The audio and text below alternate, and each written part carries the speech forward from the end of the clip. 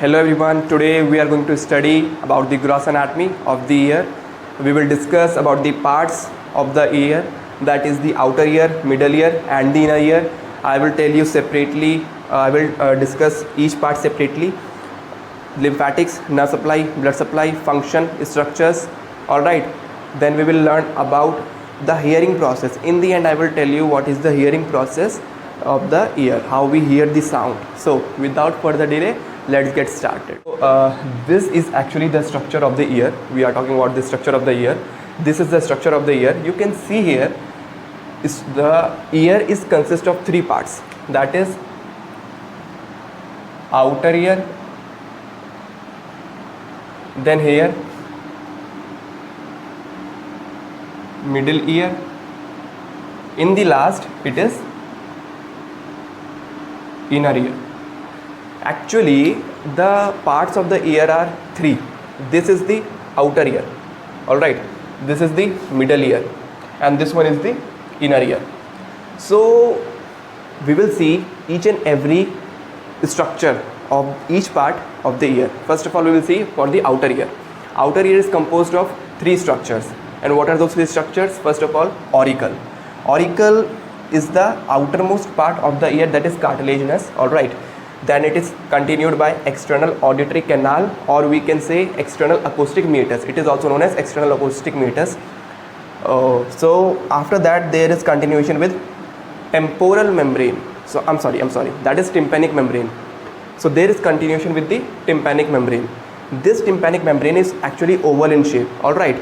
So here is the closure of the outer ear. Now comes to the middle ear. See, this is the middle ear.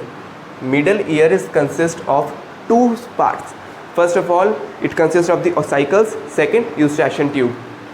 These are the ossicles of the middle ear and this is the eustachian tube. You can see here. What is ossicle? Actually ossicle, these are the bony parts of the middle ear. They are three in number, malleus, incus and stapes. These are the three bones which are connected together to form an ossicular system, alright. Malleus, incus, stapes, you can memorize this by MIS. It is a mnemonic, MIS, M-I-S, MIS. See, MIS, malleus, incus, stapes. Malleus is present towards the lateral side, stapes is present towards the medial side and incus in between of them, alright. Then there is inner ear. So inner ear consists of vestibule, this is the rounded part, cochlea and semicircular canals. These semicircular canals are actually three in number, alright. Here is connection with vestibular-cochlear nerve, vestibulo-cochlear nerve. So each and every stimuli which is given from outside to the inside is actually transferred to the brain through vestibulo-cochlear nerve, or we can say CN8. This was the typical structure of the ear, alright. We will learn each and every part of the ear separately. First we will discuss about the outer ear. Okay, so this is the outer ear. Now we will discuss about the outer ear. What are the structures of the outer ear? What is the nerve supply? What is the blood supply? And what are the functions of those structures in the outer ear? So first of all, we will come to the auricle, or we can call it also pinna. See, what is the function of the auricle and what is pinna? It is the external part. You can see this. This is the external part which we can see. It is cartilaginous part. This part is actually cartilaginous and it is the part which we see outside, which we can see outside, from outside, alright. See, it collects the sound waves. Whenever we want to hear something, we collect the sound wave because of this pinna, alright. This pinna helps to collect the sound waves from all the parts. It have a lower part, this is lobule, right. This is fibrofatty and this is actually lobule. It is called lobule. Usually girls used to pierce this in Indian tradition. Nowadays boys also doing the same. Okay, that's jokes apart. Nerve supply. What is the nerve supply of the pinna? So actually pinna is divided into two parts. See, if I take my pinna of right side, alright, this is my pinna, alright. Assume this as to be my pinna or auricle. Lateral surface, medial surface, lateral surface, medial surface. Upper 2/3 of the lateral surface, this is alright. upper two-third of the lateral surface is actually supplied by which nerve? It is supplied by auriculotemporal nerve. It is supplied by auriculotemporal nerve, while the medial surface, upper two-third part of the medial surface is supplied by which nerve? That is lesser occipital nerve. That is lesser occipital nerve. You can see here, this is the upper two-third portion of the lateral surface of the ear. It is supplied by auriculotemporal nerve, while the medial aspect, upper two-third, is supplied by lesser occipital nerve. All right. But when we talk about the lower one-third, the leftover lower one-third, both of the medial also and of the lateral also, right, it is supplied by just one nerve, that is great auricular. All right, great auricular supply both the sides, lower one-third of the ear, that is lateral also and medial also. Coming to the blood supply, before that, root, right, root is this one. This part is actually supplied by which nerve? It is supplied by auricular branch of vagus nerve, that is cranial number 10th. It gives a branch, that is auricular branch. It supplies the root of the pinna, this part, this portion, root of the pinna. All right. Coming to the blood supply of the pinna, see, blood supply is because of two arteries, that is posterior auricular and superficial temporal. It is nothing. See what happens, external carotid, it will run through here. All right, this will give branches, posterior auricular branch, and this will continue to be as superficial temporal, and it will supply the whole ear. All right, posterior auricular, that means it runs posteriorly to the ear and supplies the posterior aspect and posterior skin of the pinna. Coming to the lymphatics are two. There are presence of two types of lymph nodes. First of all, pre-auricular, then post-auricular. These are the pre-auricular lymph nodes, and post-auricular are present on the medial aspect here. These are the post-auricular lymph nodes. All right. So this was the auricle. Now the second part of the outer ear, that is external acoustic meatus. See, external acoustic meatus, it is actually present in the temporal bone. What happened during my initial days in my 11th and 12th, I used to study this inner ear, and I was totally confusing that where this is present actually, where this is the presence of the inner ear. Let me tell you, suppose this is the skull. All right, it is the skull. These are my beautiful ears. All right, and this is the external auditory canal or external acoustic meatus. Then there is presence of this inner ear. There is the presence of middle ear. There is the presence of the middle ear, and here comes rounded inner ear. All right. So external acoustic meatus. External acoustic meatus is present in the temporal bone. Then it is S-shaped canal. It is a canal which is the primary function of that canal is to transfer the sound waves from collected by the pinna to the internal parts of the ear, or we can say to the middle ear. So it is not a straight canal. It is not a straight canal. It is not like this straight. It is actually curved. It is S-shaped canal. It is S-shaped canal. There is the presence of the wax glands in the inner ear. There is the presence of the wax glands in the external acoustic meatus, and these are also known as the ceruminous glands. These they secrete the wax. And what is the function of the wax? It helps in protecting the ear, protecting this canal from external microorganisms which can attack these. All right. Then there is tympanic membrane. That is the third part of the outer ear. It is oval shaped membrane. It is a membrane which is oval shaped, and it forms the lateral wall of the middle ear. You can I will continue this later, how this forms the lateral wall of the middle ear. Now we will talk about the nerve supply. Of the nerve supply is due to posterior nerve supply. There is presence of two parts. In the nerve supply, there is presence of the two parts. Posterior wall and the floor is supplied by auricular branch of the vagus, whereas anterior wall and the roof is supplied by the auriculotemporal branch. How we can understand this? See, suppose this is my external acoustic meatus. This is the posterior wall. Here you cannot see that. This is the posterior wall and the floor. This part, posterior wall and the floor, is supplied by which nerve? That is auricular branch of the vagus. And this is the roof and anterior wall. It is supplied by which nerve? Auricular temporal nerve. Here you can see they both, auricular temporal nerve, here it is present. It supplies which part? Lateral aspect of upper 2/3 of pinna, and this auricular branch of vagus nerve, it supplies the root of the pinna. Now blood supply. See, blood supply is due to blood supply is same like pinna only. There is additional one nerve which also supplies this. See, blood supply is due to posterior auricular and superficial temporal arteries. All right, and there is one more nerve which actually supplies the inner aspect. These two nerves, posterior auricular and superficial temporal, they supplies the outer part of the external acoustic meatus. When we comes for the inner part is supplied by which nerve? It is supplied by deep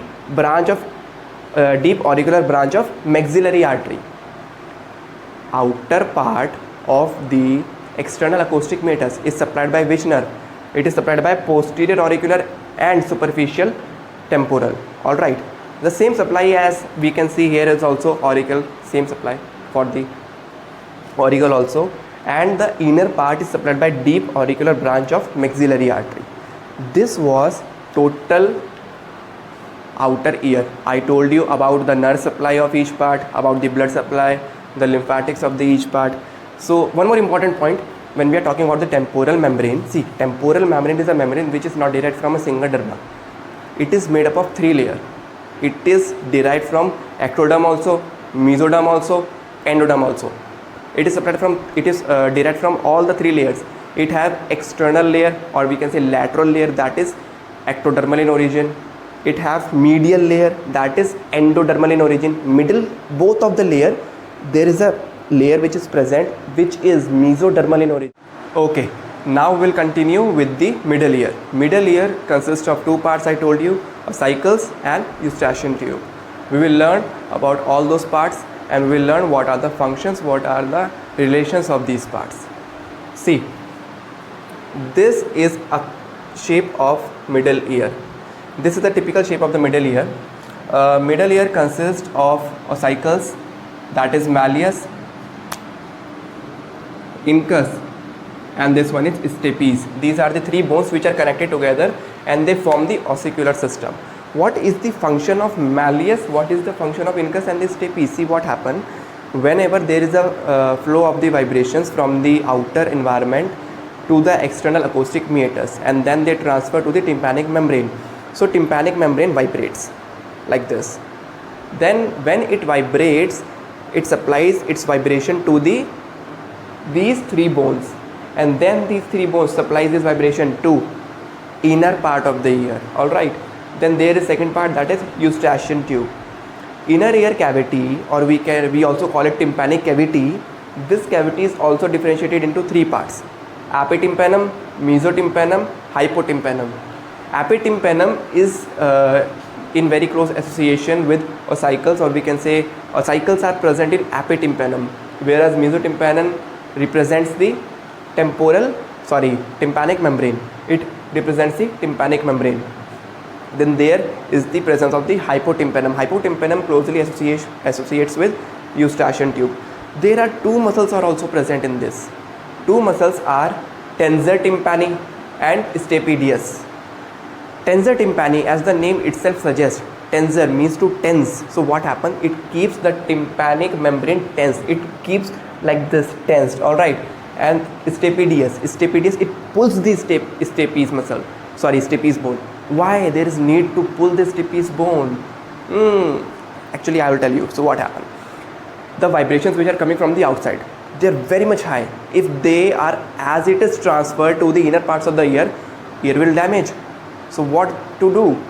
Actually, due to the tension or the rigidity of these ossicles, which is built up by these muscles, that is tensor tympani and stapedius, the whole systems become rigid, and when stapes bone was knocking on the inner ear or the oval window of the vestibule, this knocking becomes rigid, and when this becomes rigid, it becomes like this, and hence it is said that these two muscles plays a very important role in transmission of the vibrations from the outer ear to the inner ear in the middle ear.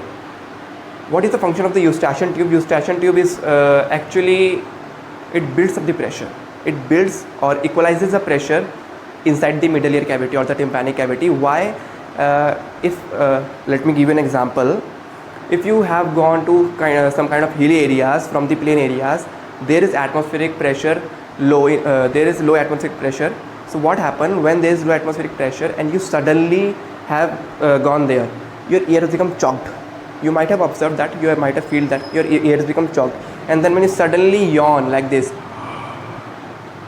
suddenly your ears open. That is because this eustachian tube, it connects the middle ear cavity with the nasopharynx. It is actually extended here to the nasopharynx. This extend here to the nasopharynx and opens into the nasopharynx on both the side, because there is presence of the left side also, alright, and right side also.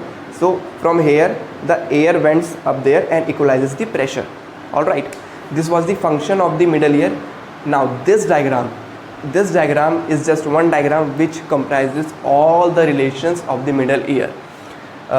This is the anterior wall, this is the posterior, this is the roof, and this is the floor. Let me assume, see, I am here, alright, I am standing here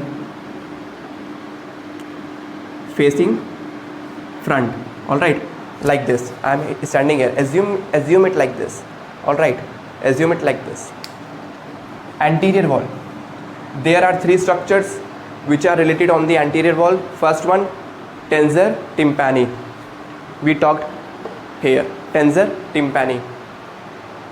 There is eustachian tube. There is internal carotid artery. Alright, there are three structures on the anterior wall. Then comes the roof. Roof is actually made up of tegmen tympani. That is a bone. That is a flat plate of the bone which separates the middle ear cavity with the cranial cavity. Remember this. And this tegmen tympani forms the floor of the cranial cavity, whereas it's from the roof of the middle ear cavity. Then there is presence of the here are actually presence of the arcuate eminence. Arcuate eminence are present over there on the roof only. There are arcuate eminence like this. There is some kind of eminence, that is because of the semicircular canals. I told you semicircular canals are present. This was the roof. Now relations with the posterior wall. Posterior wall is actually related with the additus. Additus, what is additus? It is also known as mastoid antrum. That is a part of the mastoid bone and it's open in the posterior wall of the middle ear cavity. There is presence of this nerve is actually running on the posterior wall. And which nerve is this? This nerve is facial nerve. You can see this is the facial nerve, alright. Then there is presence of the tendon of this muscle. What is this? This is the stapedius, which connects stapes, alright. It connects to the stapes to the posterior wall of the middle ear cavity. Now we'll learn about the floor. The floor is related to two structures, that is internal jugular vein. Second structure is this is the glossopharyngeal nerve. Alright, we have talked about the anterior wall, posterior wall, roof, floor. Now there are two more surfaces which are left, that is this surface which you can see. This is the medial surface. Medial surface is related with, first of all, promontory. What is promontory? Promontory is the eminence which is due to the cochlea. Cochlea is present in the inner ear and it gives an eminence that is known as the promontory. This is the oval window. Oval window Here what happened? Here is the stapedius stapedius bone, which connects to this stapedius muscle. All right, and it's open with oval window on the inner ear.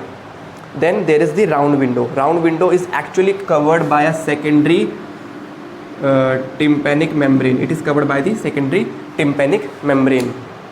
There is also a prominence. This prominence is due to lateral semicircular canal. Actually, semicircular canals are 3 number: lateral, anterior and posterior. You can memorize it by LAP. Lateral, anterior and posterior semicircular canal. So this is because of the lateral semicircular canal. So this is so this was the relations of all these surfaces. Now if I cover this whole box with one surface, all right, if I cover this whole box, see, suppose if I put a page over this and you are not able to see this, that forms which surface? Lateral surface, and that is formed by tympanic membrane, right? This lateral surface, which you cannot see here, it will be formed when I will put a cover over this box. So that is formed by tympanic membrane. All right, this was the middle ear. Now we will see parts, relations and functions of the inner ear. Okay. Now this is the last part of the video, that is inner ear. All right, inner ear is composed of 2 structures. Mainly it is composed of 2 parts: bony labyrinth and membranous labyrinth. Now bony labyrinth have 3 parts: cochlea, vestibule and semicircular canals.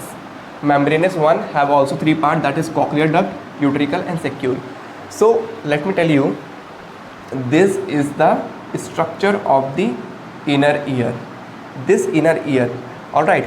See, it is not very much difficult to it is not difficult to understand the inner ear. Just you need to clear your concepts, clear your view to learn this. So let us continue with this. See, this is a snail shell like structure, a rounded structure, and it is called cochlea. This one part is this part, all right, cochlea. Or it have how many tons? It have 2.75 tons.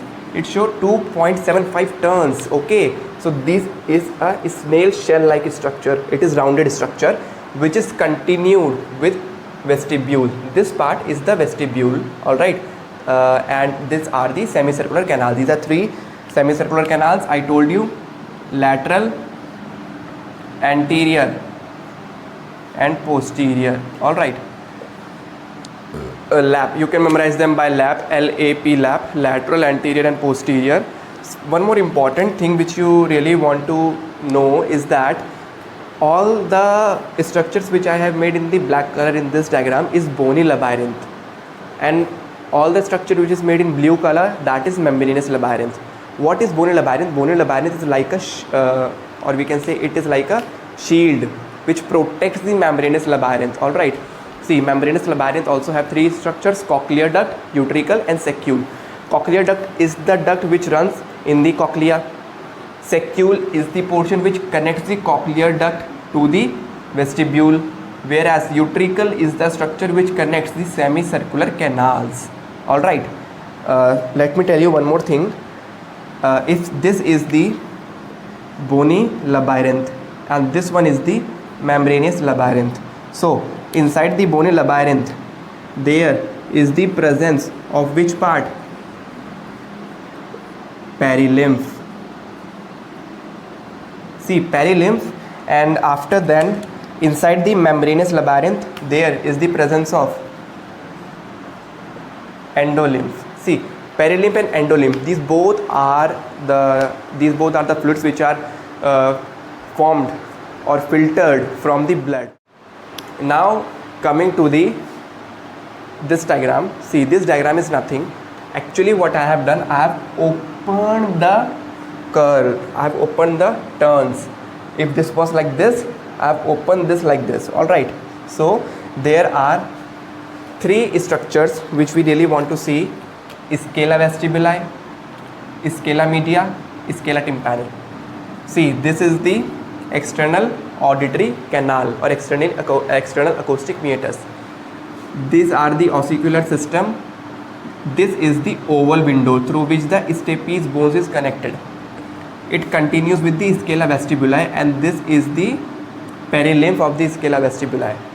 Then it continues here to the apex with the helicoderma. Helicoderma is the opening which opens the perilymph of the scala vestibuli into the scala tympani. Alright, now it connects with the scala tympani, and this is the round window.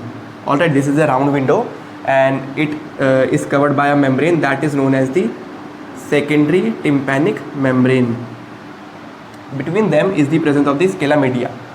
Let me tell you that scala media, it have membrane. Scala media, it have membrane which have sensory fibers, or we can say sensory nerve cells that take the all sensation of the hearing to the brain. All right, the vestibulocochlear nerve connects to this part only, scala media membranes only. All right, so this was the diagram for the opening when I opened the whole turns of the cochlea. Now if suppose I cut this from here like this, if I cut it from here like this and show you the anterior view is like this. All right, this is the bony labyrinth. Remember this.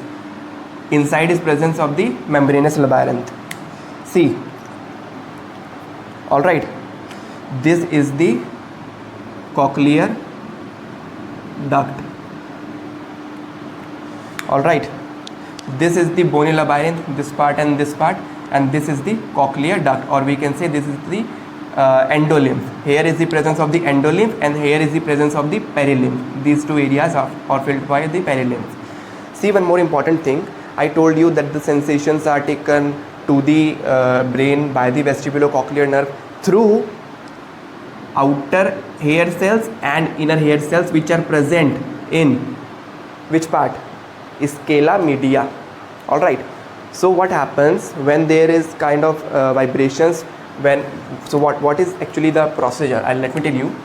When vibrations come from here like this, all right, tympanic membrane, it vibrates, due to which this ossicular system vibrates, and here is the flow of the vibration to this in this form. All right, and this will also vibrate this part, scala media, and through this vibration all the sensation will go to cochlear nerve, and then through cochlear nerve by spiral ganglion to the brain. All right, this was the diagram, or this was the structure of the inner ear.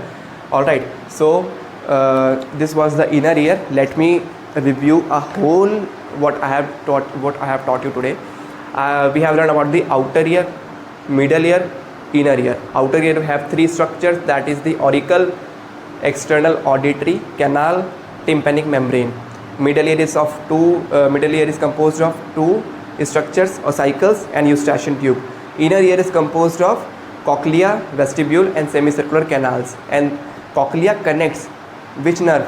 Vestibulocochlear nerve, which through spiral ganglion it runs towards the brain, and we get signals what we are hearing. All right, this was the anatomy of the ear, gross anatomy of the ear. I think I have cleared you. My name is Karthikeyan Pratap Singh, and I am first year MBBS student of Army College of Medical Sciences, New Delhi.